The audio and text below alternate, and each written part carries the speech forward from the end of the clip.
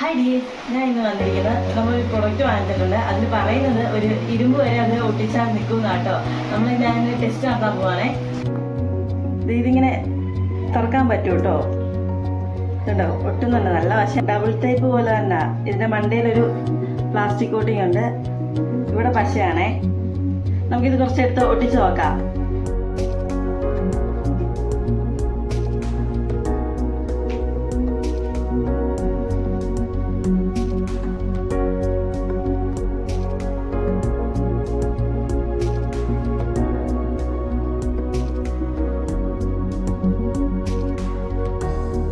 ഇപ്പൊ നമ്മൾ 3 ഒട്ടിച്ചെടുത്തു കേട്ടോ.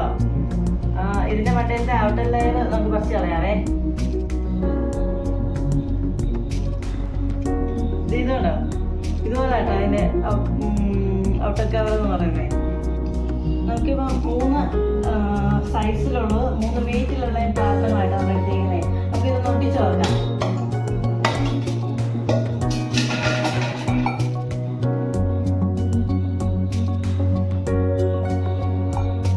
ഒട്ടിച്ചിട്ടുണ്ട് കേട്ടോ. നിൽക്കട്ടെ. അടുത്ത കപ്പ്.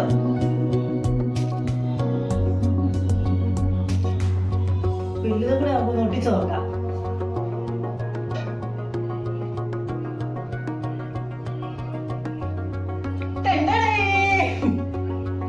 മൂന്ന് മാത്രം സൂപ്പറായിട്ട് ഒട്ടിയിട്ടുണ്ട്.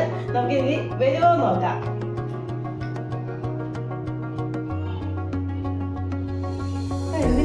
ഭയങ്കര വെക്കാം. അങ്ങനെയൊക്കെ എനിക്ക് പറയണമെന്നാഗ്രഹമുണ്ട്. പക്ഷെ നോക്കിയോണേ.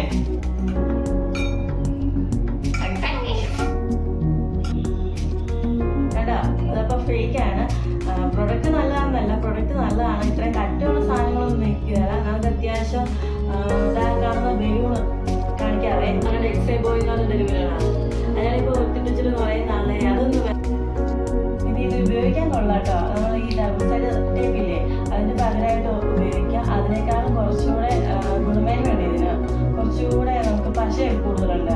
ഇത് കൂടുതലും ഗ്ലാസ്സിലൊക്കെ ഒട്ടിക്കുകയാണെങ്കിൽ നന്നായിട്ട് കിട്ടും. അത്യാവശ്യം വെയിറ്റ് കുറഞ്ഞ, ഒത്തിരി വെയിറ്റ് ഇതുപോലത്തെ സാധനങ്ങളൊന്നും നിൽക്കുക. എന്നാലും പേപ്പറുകളൊക്കെ നല്ലപോലെ ഒട്ടിക്കാൻ പറ്റും. ഇത് നിൽക്കുകയെന്നല്ല, ഇത് നിൽക്കും.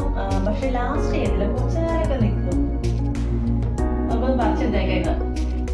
ഇതിങ്ങനെ തിരിച്ച് കഴിയുമ്പോഴത്തേക്ക് പതിയെ ഊരിപ്പോരും. ആ പശ ഇതിന്റെ പുറകെ തന്നെയാണ് കേട്ടോ.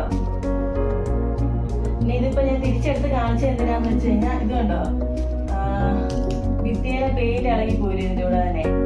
പിന്നെ ഇത് നല്ലതാണ്. ഭിത്തിയില് നമ്മള് തുളയ്ക്കാതെ തന്നെ ഫോട്ടോസ് ആഡ് ചെയ്യാനൊക്കെ നമുക്ക് പറ്റും. അപ്പൊ ഈ വീഡിയോ ഇഷ്ടപ്പെട്ടെങ്കിൽ സപ്പോർട്ട് ചെയ്യണേ.